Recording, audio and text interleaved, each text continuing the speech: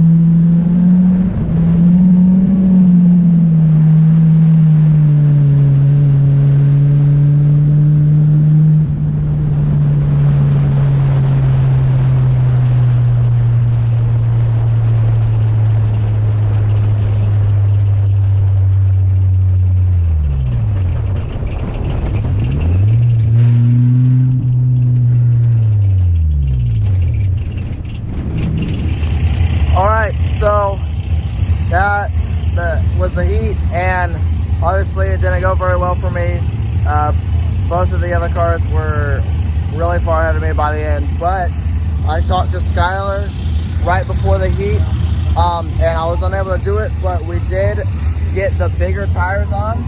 We managed to bend this out just enough that hopefully it won't rub at all, and even if it does, it hopefully won't do any much damage. So we will go out for the feature starting third, and we'll see what happens. I've never raced these tires before, so hopefully they're good, but yeah, we'll see how it goes.